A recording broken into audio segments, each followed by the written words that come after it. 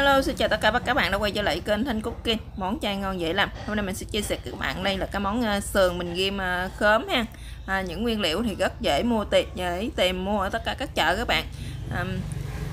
Sườn mình ghim khóm thì nó vị nó hơi ngọt ngọt nè, nó hơi chua chua nè. Ăn rất là lạ miệng. Mình ăn với cơm rất là bắt luôn các bạn. Nó còn hơi cay cay của mùi ớt nữa các bạn. Rất là hấp dẫn ha. Các bạn muốn biết mình làm như thế nào thì mời tất cả các bạn sẽ vô bếp làm cùng mình nha. Mời các bạn.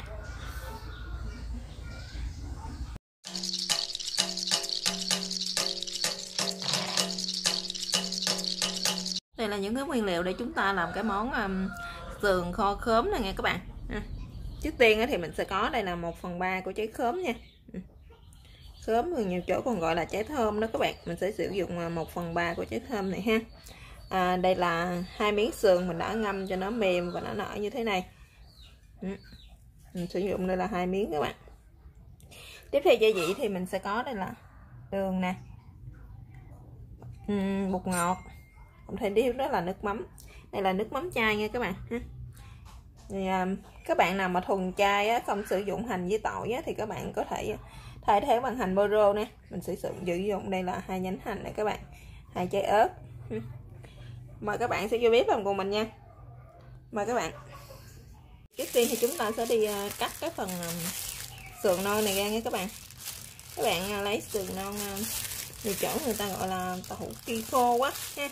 Thì cái này thì các bạn ngâm cho 2 tiếng giùm mình nha. 2 tiếng cho nó mềm và các bạn xả cho nó thật là nhiều nước nha. Rồi mình sẽ cắt nó ra các bạn.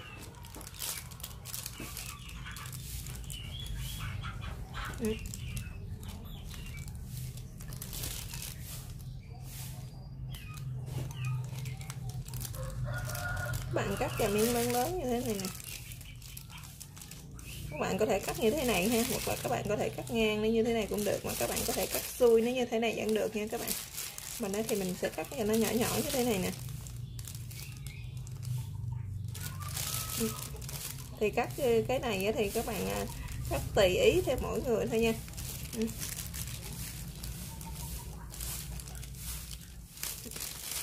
Rồi bây giờ thì mình đã cắt xong cái phần sườn này, bắt đầu mình sẽ đem đi ướp nó nha các bạn. Thì chúng ta sẽ đem đi ướp nó ha. Giờ mình sẽ ướp một xíu bột ngọt thôi các bạn. Các bạn ướp ít bột ngọt thôi ha. Ướp lên cho nó thấm gia vị như đây trong cái miếng này ha. Rồi 1 muỗng nước mắm, 2 muỗng cà phê nước mắm nha các bạn. Các bạn ướp thì các bạn trộn nó lên ha. Mình trộn nó lên như này các bạn, cho nó thấm đều gia vị trong cái phần sườn non của mình ha. Một chút nữa mình chiên hoặc là các bạn đem kho thì nó sẽ ngon hơn nha. Các bạn ướp ít thôi. Rồi bây giờ mình sẽ để nó riêng nó qua một bên. Đã ướp sườn được 50 phút rồi nè các bạn. Bây giờ chúng ta sẽ đem đi chiên sơ nữa nha. Các bạn bắt cái chảo lên trên bếp ha. Để cho chảo nóng thì chúng ta sẽ cho dầu vô nha các bạn.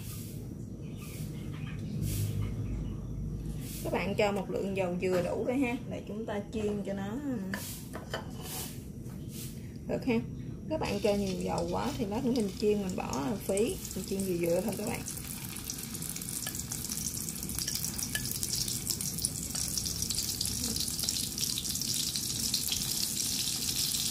Chiên thì các bạn chiên cái phần sườn non này thì các bạn để lửa vừa thôi nha, không có quá lớn và đừng quá nhỏ nha các bạn. Để chúng ta chiên sơ cho nó hơi vàng để lát nữa chúng ta kho thì dầm nó giống cái miếng thịt hơn nha. Các bạn để nó trắng như vậy thì nó sẽ không có giống cái miếng thịt.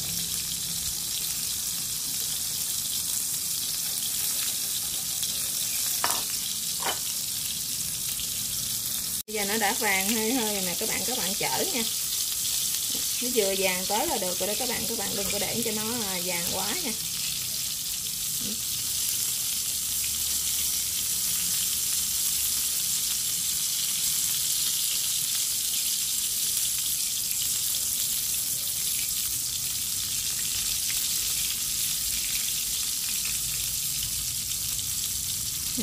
Nó vừa vàng như thế này là được rồi nè các bạn. Thì chúng ta sẽ gấp nó ra nha. Vừa vàng hơi thì chúng ta gấp nó hết ra các bạn.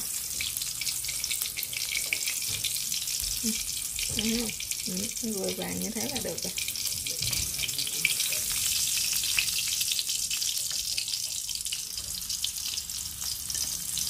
Thì mình đã chiên nó xong rồi nè các bạn. Giờ tiếp theo thì chúng ta sẽ đi xắt khóm nha. Giờ tiếp theo thì chúng ta sẽ đi xắt cái phần nửa miếng khóm này ra nha các bạn. Cái phần cùi của nó nè các bạn, cắt bỏ nó ha, để nó bị cứng đó các bạn.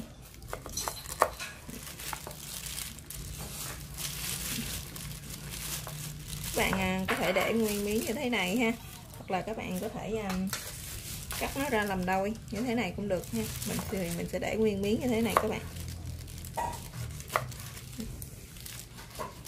Các bạn cắt những cái miếng vừa thôi nha, đừng quá dày và đừng quá mỏng. Mỏng quá một lát mình kho thì nó sẽ bị bể á các bạn.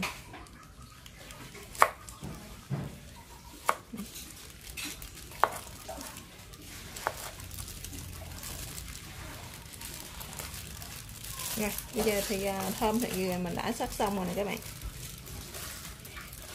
Tiếp theo thì mình sẽ sắc cái phần hành này ra luôn nha. Các bạn đạp dập cái hành để cho cái gốc nó thơm hơn nha các bạn.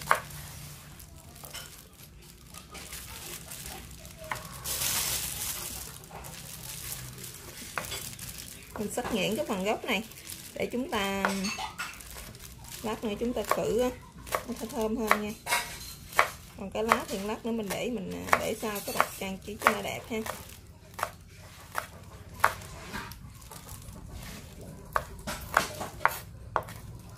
Rồi, bây giờ bắt đầu chúng ta sẽ đem đi kho thôi các bạn. Bạn sẽ bắt lên một cái chảo nữa ha, để chúng ta đem đi kho nha.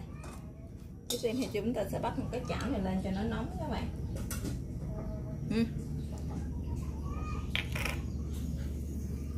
Rồi cái chảo của mình nó đã nóng và khô rồi. Bây giờ mình sẽ đi thắng caramel nha. Bạn cho vô đây ít đường.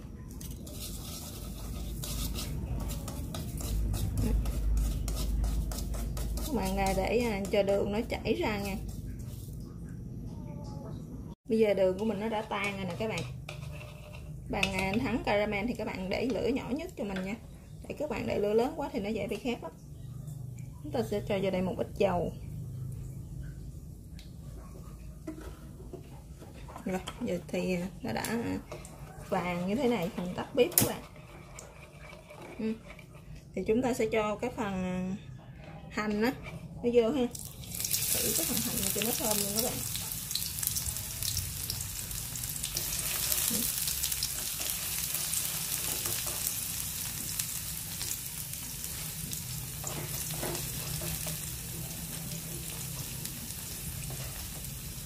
Rồi bây giờ chúng ta sẽ cho tiếp theo đó là khóm nha.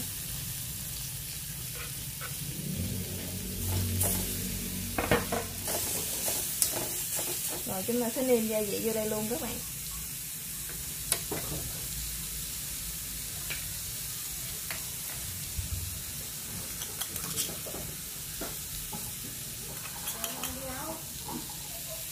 Đây mình sẽ cho 2 muỗng cà phê đường ha. 1/3 muỗng cà phê bột ngọt. Thế là nước mắm nha các bạn.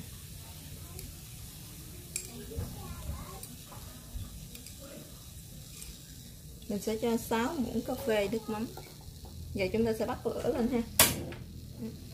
Các bạn bắt bếp lên, chúng ta kho cái phần thơm này nè các bạn ghim cái phần thơm này cho nó chín mềm ha.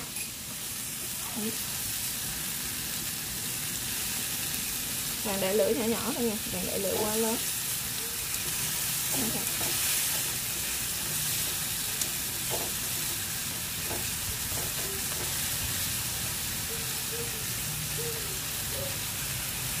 Khóm của mình nó đã được như thế này nè các bạn. Bây giờ mình sẽ cho vào đây nước nha.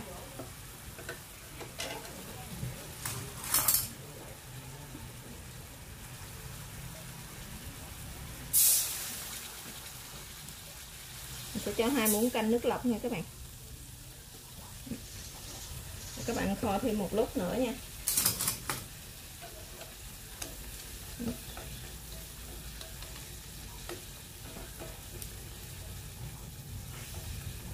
cho cái phần khóm của mình nó thiệt chín đó các bạn.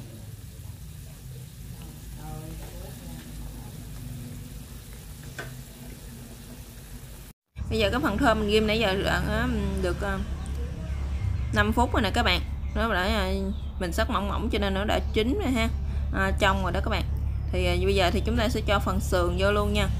Đó, cái phần sườn là nãy chúng ta đã chiên sơ rồi đó các bạn. Thì các bạn nhớ đảo đều ha, nhớ đảo đều cho cái phần sườn của mình nó thấm hết gia vị, và nó khi mà nó đã rút cạn nước đó các bạn, nó khô nước lại á nha, nước nó còn hơi sền sệt là được đó nghe các bạn.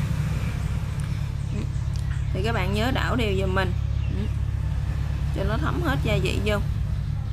Và bây giờ chúng ta sẽ nêm lại coi nó như thế nào nha các bạn.